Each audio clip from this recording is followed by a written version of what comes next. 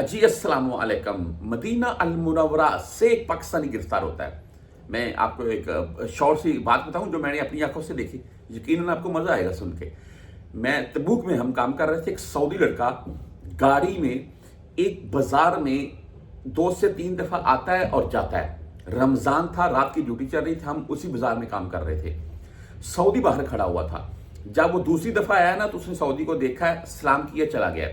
Saudi ने उसकी तरफ बहुत गौर से देखा। जब तीसरी दफा आया सऊदी ने उसको बोला रुक जा। उसको पूछा क्या लेने आ रहे हो, किससे मिलना है, क्या मामला है। उसने बताया, सऊदी ने बोला दोबारा इधर नहीं आना है। ठीक है, वो दोबारा आया नहीं है उस गली में।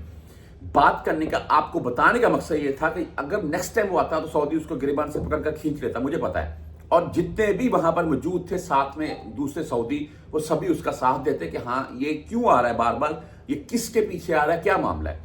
ऐसा नहीं है कि गली, किसी भी गली के या मोहल्ले में या किसी बाजार में या किसी चौराहे में आप खड़े होकर लोगों की आती जाती जो बहनें हैं, माएँ हैं, हमारी माएँ बहनें, आप उनको कोई ना कोई किसी किस्म के ताने कसें, उनको बातें करें तो कोई नहीं पूछेगा। यहाँ ऐसा निज़ाम नहीं है। ये पाकिस्तानी इनसे मिस्टेक हो गई।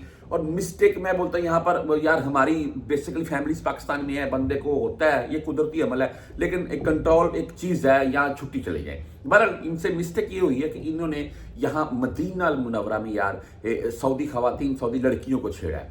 उसकी बिना के ऊपर इनको अरेस्ट किया गया। मैं आपको पिक्चर वगैरह इनकी दिखा रहा हूँ। मैं यार देखिए, मैं अक्सर बोलता हूँ कि मैं कोई भी किसी किस्म का, चाहे कोई पाकिस्तानी है चाहे कोई इंडियन है, फेस नहीं दिखाता यार, खुद ही नहीं मैं, यार ये चीज़ अच्छी नहीं है। तो ठीक है, जो जुर्म उसने किया उसकी सजा उसको मिल जाएगी, लेकिन ऐसा करना जायज़ नहीं है।